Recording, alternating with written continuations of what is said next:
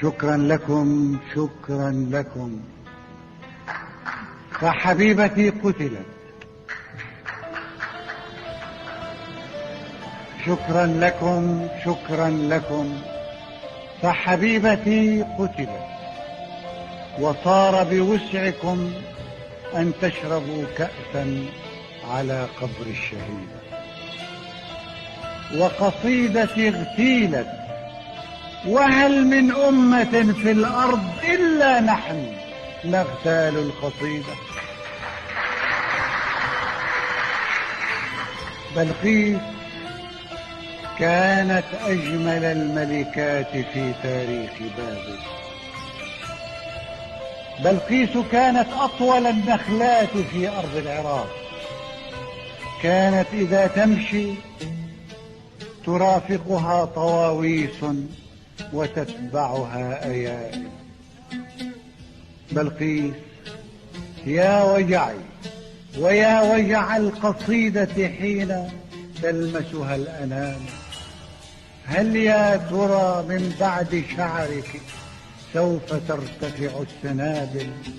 يا نينوى الخضراء، يا غجرية الشقراء، يا أمواج دجلة تلبس في الربيع بساقها أحلى الخلاء. قتلوك يا بلقيس، قتلوك يا بلقيس. أية أمة عربية تلك التي تغتال أصوات البلاد؟ أين السموأل والمهلهل والغطاريف الأوائل؟ فقبائل أكلت قبائل، وثعالب قتلت ثعالب، وعناكب سحقت عناكب. قسما بعينيك اللتين إليهما تأوي ملايين الكواكب، سأقول يا قمري عن العرب العجائب. فهل البطولة كذبة عربية أم مثلنا التاريخ كاذب؟